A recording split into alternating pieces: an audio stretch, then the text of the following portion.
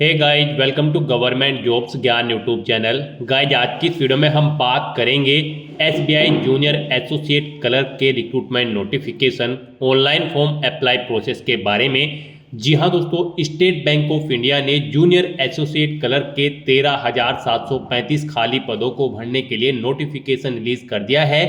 कैसे आप इस भर्ती के लिए अपने फॉर्म अप्लाई कर सकते हो बिना कोई मिस्टेक किए हुए, इसकी पूरी जानकारी हम आपको स्टेप बाय स्टेप रजिस्ट्रेशन से लेकर प्रिंट तक देंगे। बस आपको इस वीडियो को स्किप के बिना शुरू से लेकर एंड तक देखना है। उसके बाद वीडियो पसंद आए तो इसे लाइक और शेयर कर दें। चैनल पर नए हो तो इसे सब्सक्राइब कर लें। साथ ही साथ दोस्तों, यहाँ पर हम आपको बताएंगे कि यहाँ पर कौन कौन सी प्रॉब्लम कैंडिडेट को फॉर्म अप्लाई करते हुए आ रही है और उनका पूरा हल आपको इस वीडियो में स्टेप बाय स्टेप मिल जाएगा। और कौन सी वो कॉमन मिस्टेक है जिसे करने से आपके एप्लीकेशन फॉर्म रिजेक्ट हो सकते हैं, इस चीज की भी पूरी जानकारी हम आपको इस वीडियो में देंगे। आपको एंड तक हमारे साथ बने रहना है। गाइस, यहाँ पर इस भर्ती में पार्टिसिपेट करने के लिए अंतिम मौका आपके पास है। केवल 2 दिन शेष रह गई है। आप जल्दी से अपने फॉर्म अप्लाई कर ले और एसबीआई जूनियर एसोसिएट क्लर्क की इस भर्ती में पार्टिसिपेट करें। तो बिना कोई वक्त गंवाए चलिए शुरू करते हैं। आपको इस वीडियो के डिस्क्रिप्शन बॉक्स में हमारी वेबसाइट IND-sarkari-naukri.in के इस पेज का लिंक मिल जाएगा। यहाँ पर आपको इस भर्ती के रिगार्डिंग सभी डिटेल्स प्रोवाइड कर दी गई है। स्टेट बैंक ऑफ इंडिया भारतीय स्टेट बैंक ने जूनियर एसोसिएट क्लर्क के 13,735 खाली पदों को भरने के लिए नोटिफिकेशन रिलीज किया था। आप 7 जनवरी 2025 तक अप्लाई कर सकते हो। केवल 2 दिन शेष है। आप जल्दी से फॉर्म अप्लाई कर ले। अंतिम मौका आपके लिए है यहाँ पर एसबीआई की इस भर्ती में पार्टिसिपेट करने के लिए। ग्रेजुएट डिग्री होल्डर कैंडिडेट यहाँ पर ऑल इंडिया से अप्लाई कर सकते हैं। आपको इस पेज को नीचे स्क्रॉल डाउन करके इंपोर्टेंट लिंक सेक्शन में आकर ऑफिशियल नोटिफिकेशन पीडीएफ लिंक पर क्लिक करके इस भर्ती के नोटिफिकेशन को ओपन कर लेना है और इसमें से आपको पूरी डिटेल रीड कर लेनी है। देन आपको अप्लाई करना है। उसके लिए भी आपको हमारी वेबसाइट के इसी पेज पर ही अप्लाई ऑनलाइन का ये लिंक दिया गया है। जैसे ही आप इस लिंक पर क्लिक करेंगे तो आपके सामने स्टेट बैंक ऑफ इंडिया का ये ऑफिशियल पोर्टल ओपन हो जाएगा। गाइस, यहाँ पर अगर आपने पहले से रजिस्ट्रेशन कर रखा है तो आपको अपना रजिस्ट्रेशन नंबर एंटर करना है, पासवर्ड एंटर करना है, ये सिक्योरिटी कोड एंटर करना है और सबमिट बटन पर क्लिक करके अपने डैशबोर्ड में लॉगिन करके आपको अपना फॉर्म अप्लाई कर देना है। और अगर आप इस भर्ती के लिए फर्स्ट टाइम अप्लाई करने जा रहे हो तो सबसे पहले यहाँ पर आपको अपना रजिस्ट्रेशन करना होगा। उसके लिए यहाँ पर आपको click here for new registration ये टैब दी गई है। आप इस टैब पर क्लिक करें, रजिस्ट्रेशन का फॉर्म ओपन होगा। यहाँ पर आपको सबसे पहले अपना फर्स्ट नेम एंटर करना है, फिर उसे आपको कंफर्म कर लेना है एक बार फिर से एंटर करके। उसके बाद अगर आपका मिडिल नेम और लास्ट नेम है तो यहाँ पर आप एंटर कर दें, नहीं है तो इन कॉलम्स को खाली छोड़ दें। फिर यहाँ पर आपको अपना 10 डिजिट का मोबाइल नंबर एंटर करना है। उसके बाद आपको उसे कंफर्म कर लेना है। फिर अगर आपका कोई अल्टरनेट मोबाइल नंबर है तो वो एंटर करें, नहीं है तो इस कॉलम को भी खाली छोड़ दें। फिर यहाँ पर आप अपनी ईमेल आईडी एंटर करें। यहाँ पर आपको अपनी ईमेल आईडी के शुरू के कैरेक्टर एंटर करने हैं और @ के सामने इस कॉलम में से आपको डोमेन नेम सेलेक्ट कर लेना है और फिर आपको अपनी कंप्लीट ईमेल आईडी यहाँ पर एंटर कर देनी है। उसके बाद यहाँ पर आपको ये कैप्चा कोड एंटर करना है और फिर आपको सेव एंड नेक्स्ट ऑप्शन पर क्लिक करना है। फिर आपके सामने कुछ इस तरह से इंटरफेस ओपन होगा। यहाँ पर आपको एक रजिस्ट्रेशन नंबर और आपका पासवर्ड प्रोवाइड करा दिया गया है। ये रजिस्ट्रेशन नंबर और पासवर्ड आपकी रजिस्टर्ड ईमेल आईडी और मोबाइल नंबर पर भी सबमिट किए गए हैं। आपको इन्हें केयरफुली नोट डाउन करके रख लेना है फ्यूचर यूज के लिए। और अब यहाँ पर आपको अपना फोटो और सिग्नेचर अपलोड करना है। उसके लिए यहाँ पर आपको गाइडलाइन दी गई है, guideline for scanning the photograph and signature. आप इस लिंक पर क्लिक करें और अपने फोटो और सिग्नेचर के साइज यहाँ पर चेकआउट कर ले। गाइस, यहाँ पर आपका फोटो 20 से 50 केबी के बीच में होना चाहिए, जेपीजी या फिर जेपीईजी फॉर्मेट में, और सिग्नेचर आपके 10 से 20 केबी के बीच में होने चाहिए। यहाँ पर व्हाइट पेपर पर ब्लैक इंक पेन से आपके सिग्नेचर होने चाहिए 10 से 20 केबी के बीच में, जेपीजी या फिर जेपीईजी फॉर्मेट में। तो अब यहाँ पर आपको अपना फोटो और सिग्नेचर अपलोड करने हैं। उसके लिए आपको यहाँ पर चूज फाइल बटन पर क्लिक करना है, फाइल को सिलेक्ट करना है और अपना फोटो और सिग्नेचर आपको यहाँ पर 1 बाय 1 करके अपलोड कर देने हैं। उसके बाद आपको नेक्स्ट ऑप्शन पर क्लिक करना है। उसके बाद आपके सामने कुछ इस तरह से इंटरफेस ओपन होगा। अब यहाँ पर आपको अपनी बेसिक डिटेल देनी है, क्वालिफिकेशन, एक्सपीरियंस और लैंग्वेज की डिटेल प्रोवाइड करानी है। अब यहाँ पर आपको सबसे पहले अपना सर्कल सेलेक्ट करना है, किस सर्कल के लिए आप इस भर्ती के लिए अप्लाई करना चाहते हैं। उसके बाद यहाँ पर आपको अपना स्टेट सेलेक्ट करना है किस स्टेट में आप जॉब करना चाहते हैं, यहाँ पर आपको सर्कल के अकॉर्डिंग स्टेट के ऑप्शन शो कर दिए जाएंगे। उसके बाद यहाँ पर आपको लोकल लैंग्वेज सिलेक्ट कर लेनी है प्रोफिशिएंसी टेस्ट के लिए। उसके बाद यहाँ पर आपको पूछा गया है कि क्या आपने 10th और 12th स्टैंडर्ड की मार्कशीट के सर्टिफिकेट में यहाँ पर आपके पास उस सर्किल की लोकल लैंग्वेज थी एक सब्जेक्ट के रूप में जिस सर्कल के लिए आप अप्लाई करने जा रहे हैं। तो यहाँ पर आपको यस ऑप्शन सेलेक्ट करना है। आपके पास उस सर्कल की लोकल लैंग्वेज की नॉलेज होनी चाहिए और 10वीं 12वीं में आपके पास एज ए सब्जेक्ट यहाँ पर वो लैंग्वेज आपके पास होनी चाहिए। तो यहाँ पर आपको यस ऑप्शन सेलेक्ट करना है। उसके बाद आपको यहाँ पर अपनी कैटेगरी सिलेक्ट कर लेनी है। उसके बाद यहाँ पर आपसे पूछा गया है अगर आपकी कोई सब कास्ट है तो वो यहाँ पर आप एंटर कर दें, नहीं है तो इसे खाली छोड़ दें। फिर यहाँ पर आपसे पूछा गया है कि क्या आप यहाँ पर ट्रेंड अप्रेंटिस है एसबीआई के, अगर है तो यस करें और फिर उसकी डिटेल दे कब से आपने अपनी अप्रेंटिसशिप स्टार्ट की थी, क्या उसकी एंडिंग डेट है, नहीं है तो नो ऑप्शन सेलेक्ट करें। उसके बाद यहाँ पर आपसे पूछा गया है कि क्या आप यहाँ पर पीडब्ल्यूडी बेंचमार्क डिसेबिलिटी कैंडिडेट है और आपकी पीडब्ल्यूडी की परसेंटेज 40% से अबव है, अगर है तो यहाँ पर आप यस ऑप्शन सेलेक्ट करें और फिर आप अपनी डिसेबिलिटी का टाइप सेलेक्ट करके उसकी डिटेल दें, नहीं है तो यहाँ पर आप नो ऑप्शन सेलेक्ट कर लें। उसके बाद यहाँ पर आपको इस पेज को नीचे स्क्रॉल डाउन करना है। आपसे कुछ क्वेश्चंस पूछे गए हैं, इनके आंसर्स आपको यस या नो में रीड करके प्रोवाइड करा देने हैं। आपके कैरेक्टर से रिलेटेड भी यहाँ पर आपसे क्वेश्चन पूछे गए हैं। फिर यहाँ पर आपसे पूछा गया है आपका रिलीजन, आप किस रिलीजन से बिलोंग करते हो, अपना रिलीजन सेलेक्ट करें। माइनॉरिटी कम्युनिटी के अंतर्गत आते हैं तो यस ऑप्शन सेलेक्ट करें, नहीं आते हैं तो नो ऑप्शन सेलेक्ट करें। फिर यहाँ पर आपसे पूछा गया है कि क्या आप यहाँ पर रिलेक्शन चाहते हैं, अगर आप विडो हो या फिर डाइवोर्स वुमेन हो, अगर चाहते हैं तो यस ऑप्शन सेलेक्ट करें, नहीं तो नो ऑप्शन सेलेक्ट करें। उसके बाद आपसे पूछा गया है कि क्या आप ये एक सर्विसमैन है, अगर है तो यस करें और फिर उसकी डिटेल दें, नहीं है तो नो ऑप्शन सेलेक्ट करें। उसके बाद आपसे पूछा गया है कि क्या आप डिसेबल्ड ईएक्स सर्विसमैन कैंडिडेट है, अगर है तो यस करें, नहीं तो फिर आप नो ऑप्शन सेलेक्ट करें। यस है तो उसकी डिटेल दें, फिर नहीं तो नो ऑप्शन आप सेलेक्ट कर सकते हैं। उसके बाद आपसे पूछा गया है यहाँ पर ऐसे ही आपसे कुछ और क्वेश्चन पूछे गए हैं, इनके आंसर आपको रीड करके यस या नो में अपने अकॉर्डिंग प्रोवाइड कराने हैं। फिर यहाँ पर आपसे पूछा गया है कि क्या आप एसबीआई में क्लरिकल कैडर की किसी पोस्ट पर ऑलरेडी कार्यरत है, अगर है तो यस करें, नहीं है तो नो ऑप्शन सेलेक्ट करें। उसके बाद आपसे पूछा गया है कि क्या आप अर्लियर एम्प्लॉय हैं स्टेट बैंक ऑफ इंडिया के यहाँ पर और आप रिजाइन कर चुके हैं किसी क्लरिकल कैडर की पोस्ट पर, अगर कर चुके हैं तो यस करें, नहीं तो नो ऑप्शन सेलेक्ट करें। फिर यहाँ पर आपसे पूछा गया है कि क्या आप default repayment loans credit card के सेक्शन में हैं, यहाँ पर आप क्वेश्चन को रीड करें और इनके आंसर भी आप यस या नो में प्रोवाइड कराएं। उसके बाद यहाँ पर आपको अपने प्री एग्जाम का सेंटर सेलेक्ट कर लेना है, कहाँ पर आप प्री एग्जाम में पार्टिसिपेट करना चाहते हैं। फिर आपको यहाँ पर स्टेट सेलेक्ट करने के बाद उसका स्टेट कोड ऑटोमेटिकली आपके सामने शो हो जाएगा। फिर यहाँ पर आपको एग्जाम सिटी सेलेक्ट कर लेनी है, यहाँ पर उस स्टेट की किस सिटी में आप एग्जाम में पार्टिसिपेट करना चाहते हैं।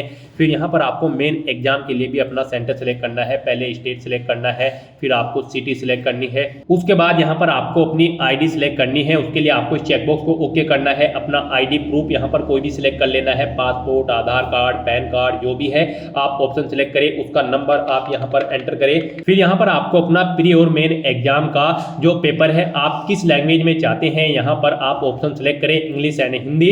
उसके बाद यहाँ पर आपको अपनी पर्सनल डिटेल प्रोवाइड करानी है। फिर यहाँ पर आपको अपनी डेट ऑफ बर्थ सेलेक्ट करनी है, उसमें आपको पहले डे सेलेक्ट करना है, फिर मंथ और फिर ईयर आपको सेलेक्ट कर लेना है। नेक्स्ट यहाँ पर आपको अपना जेंडर सेलेक्ट करना है। फिर आपसे पूछा गया है कि क्या आपके जुड़वा भाई बहन हैं, अगर है तो यस करें, उनका जेंडर सेलेक्ट करें और फिर उनका नाम एंटर कर दें, नहीं है तो नो ऑप्शन सेलेक्ट करें। फिर यहाँ पर आपको अपना मैरिटल स्टेटस बताना है, आप मैरिड हो, अनमैरिड हो या फिर विडो हो। उसके बाद यहाँ पर आपको अपने फादर का फर्स्ट नेम एंटर कर देना है, उसके बाद उसका मिडिल नेम एंटर करना है अगर है तो, और उसके बाद आपको अपने फादर का लास्ट नेम यहाँ पर एंटर कर देना है, अगर है तो, नहीं तो आप इन कॉलम्स को खाली छोड़ सकते हैं। उसके बाद ऐसे ही यहाँ पर आपको अपनी मदर का नाम एंटर करना है, उनका मिडिल नेम लास्ट नेम है तो वो एंटर करें, नहीं है तो इन कॉलम को खाली छोड़ दें। उसके बाद यहाँ पर अगर आप मैरिड हो तो आप अपनी वाइफ का नाम यहाँ पर या फिर हस्बैंड का नाम यहाँ पर एंटर कर सकते हो। उसके बाद यहाँ पर आपको अपना कोरोस्पोंडेंस एड्रेस एंटर करना है और फिर आपको यहाँ पर अपना परमानेंट एड्रेस एंटर करना है। और अगर आपका परमानेंट एड्रेस आपके कोरोस्पोंडेंस एड्रेस के अकॉर्डिंग सेम होगा तो आपको यहाँ पर इस चेकबॉक्स को ओके कर देना होगा, same as address for correspondence. Automatically आपका परमानेंट एड्रेस आपके कोरोस्पोंडेंस एड्रेस के अकॉर्डिंग फिल हो जाएगा। उसके बाद यहाँ पर आपको जीएसटी इनवॉइसिंग एड्रेस सेलेक्ट कर लेना है।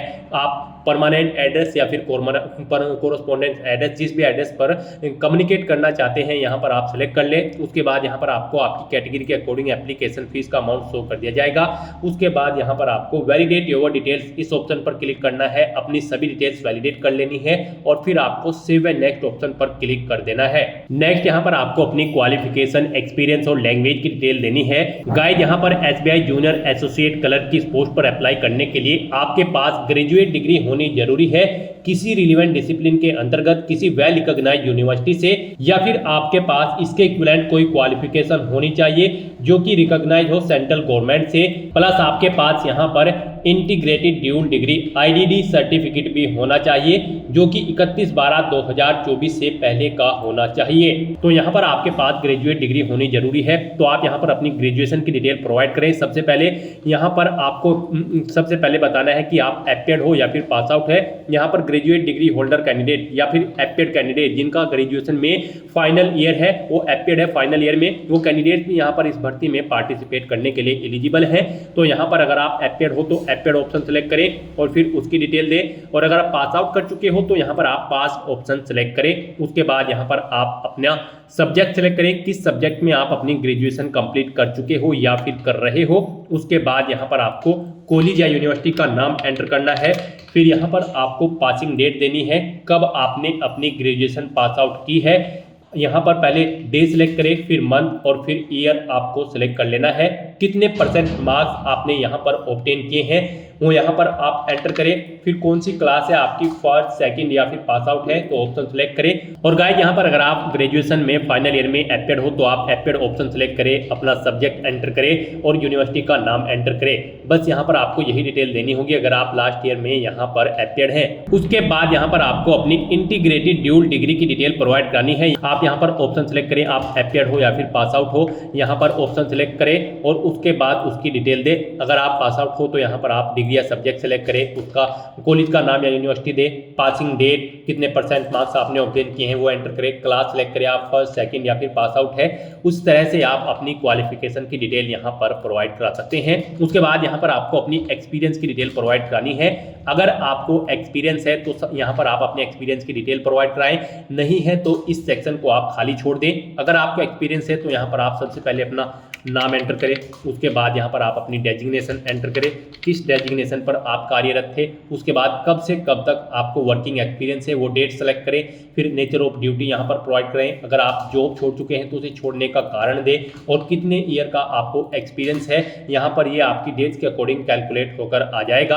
आप यहाँ पर अगर आपको एक से ज़्यादा जगह वर्किंग एक्सपीरियंस है तो आप ऐड मोर ऑप्शन पर क्लिक करें, एक और सेम ऐसी ही रो यहाँ पर ऐड हो जाएगी और उसमें आप अपने एक्सपीरियंस की डिटेल प्रोवाइड करा दें। उसके बाद यहाँ पर आपसे पूछा गया है कि क्या आपने प्री एग्जाम की ट्रेनिंग ले रखी है। यहाँ पर अगर ले रखी है तो आप यस ऑप्शन सेलेक्ट करें, फिर आप स्टेट सेलेक्ट करें, किस स्टेट से ली है। उसके बाद आपका स्टेट कोड ऑटोमेटिकली आपके स्टेट के अकॉर्डिंग शो हो जाएगा। फिर यहाँ पर आपको centre of pre examination training देना है, किस सेंटर पर आपने प्री एग्जामिनेशन ट्रेनिंग ली थी वो आप सिलेक्ट करें। और अगर आपने यहाँ पर ट्रेनिंग नहीं ले रखी है तो यहाँ पर आप नो ऑप्शन सेलेक्ट करें, फिर आपको ये डिटेल्स प्रोवाइड नहीं करानी होगी। उसके बाद यहाँ पर आपको अपनी लैंग्वेजेस की डिटेल प्रोवाइड करानी है। यहाँ पर आपको हिंदी लैंग्वेज को यहाँ पर रीड करना आना चाहिए, राइट और स्पीक करना आना चाहिए। उसके बाद आप कोई और लैंग्वेज अगर यहाँ पर जानते हैं जैसे कि इंग्लिश या फिर उर्दू या फिर कोई अन्य, तो उसका नाम यहाँ पर एंटर करें, उसके बारे में डिटेल प्रोवाइड कराएं। नहीं जानते हैं तो आप यहाँ पर इन कॉलम्स को खाली छोड़ सकते हैं। हिंदी लैंग्वेज आना आपको यहाँ पर मस्ट है। उसके बाद यहाँ पर इन सभी डिटेल्स को फिल करने के बाद आपको वैलिडेट योर डिटेल्स इस ऑप्शन पर क्लिक करना है, अपनी सभी डिटेल्स को वैलिडेट कर लेना है और फिर आपको सेव एंड नेक्स्ट ऑप्शन पर क्लिक कर देना है। फिर पीछे आपने जो डिटेल्स फिल की हैं उनका पूरा प्रीव्यू यहाँ पर आपको शो कर दिया गया है। आपको इस पेज को नीचे स्क्रॉल डाउन करना है, कहीं पर कोई मिस्टेक है तो आप बैक बटन पर क्लिक करके एडिट कर सकते हैं, नहीं तो आपको इस चेकबॉक्स को ओके करना है। और फिर यहाँ पर आपसे पूछा गया है कि क्या आपने जो नाम भरा है वो यहाँ पर आपका एग्जैक्टली मैच है आपके आईडी प्रूफ से। अगर है तो यस ऑप्शन के लिए आप इस चेकबॉक्स को ओके करें और अगर आपके नाम में चेंज है तो आप इस सेकंड ऑप्शन को सिलेक्ट करें। उसके बाद यहाँ पर आपको कंप्लीट रजिस्ट्रेशन इस ऑप्शन पर क्लिक करना है। नेक्स्ट यहाँ पर आपको अपने डॉक्यूमेंट्स अपलोड करने हैं। तो गाइस जैसे कि स्टार्टिंग में हमने बात की थी कि कौन सी वो मिस्टेक है जिसे करने से आपके एप्लीकेशन फॉर्म यहाँ पर रिजेक्ट हो सकते हैं। तो गाइस जैसे ही आप अपलोड के सेक्शन में आएंगे तो यहाँ पर आपको अपने डॉक्यूमेंट दी गई गाइडलाइंस के अकॉर्डिंग ही अपलोड करने होंगे, अदरवाइज यहाँ पर आपके एप्लीकेशन फॉर्म रिजेक्ट हो सकते हैं। इस सेक्शन में आपको दी गई गाइडलाइंस के अकॉर्डिंग ही अपने डॉक्यूमेंट अपलोड करने हैं। यहाँ पर आपको अपना लैब थंब इंप्रेशन और hand written declaration document upload करना है। इसके लिए भी आपको गाइडलाइन दी गई है, गाइडलाइन फॉर डॉक्यूमेंट अपलोड। इस लिंक पर क्लिक करें, ये पीडीएफ ओपन होगी, यहाँ से आप चेकआउट करें। आपका लैब थंब इंप्रेशन जो है वो 20 से 50 केबी के बीच में होना चाहिए, जेपीजी या फिर जेपीजी फॉर्मेट में। और जो आपका हैंड रिटन डिक्लेरेशन डॉक्यूमेंट है वो इंग्लिश में यहाँ पर 50 से 100 केबी के बीच में होना चाहिए, जेपीजी या फिर जेपीजी फॉर्मेट में। तो यहाँ पर आपको चूज फाइल बटन पर क्लिक करना है, फाइल को सिलेक्ट कर लेना है और 1 बाय 1 करके अपने इन दोनों डॉक्यूमेंट्स को अपलोड कर देना है। और फिर आपको इस सिक्योरिटी कोड को एंटर करना है और फिर सेव एंड नेक्स्ट ऑप्शन पर क्लिक कर देना है। इस तरह से यहाँ पर आपका एप्लीकेशन फॉर्म सक्सेसफुली सबमिट हो चुका है। यहाँ पर अगर आप रिजर्व कैटेगरी से बिलोंग करते हो, यानी कि आप SC ST PH कैंडिडेट हैं, तो आपको कोई फीस जमा नहीं करानी है। आपका एप्लीकेशन फॉर्म सक्सेसफुली सबमिट हो चुका है। इसका एक हार्ड कॉपी प्रिंट आउट ले ले फ्यूचर यूज के लिए। और अगर आप जनरल OBC EWS कैंडिडेट हैं तो आपको यहाँ पर 750 रुपये फीस के रूप में जमा कराने होंगे।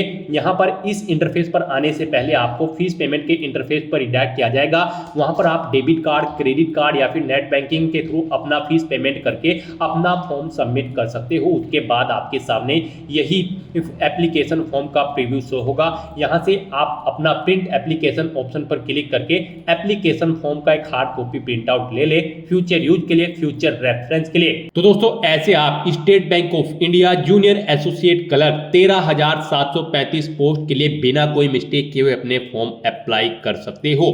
आज की इस वीडियो में बस इतना ही। आई होप ये वीडियो आपको पसंद आई होगी। अगर पसंद आई हो तो इसे लाइक और शेयर करें। चैनल पर नए हो तो इसे सब्सक्राइब कर लें। Thanks for watching.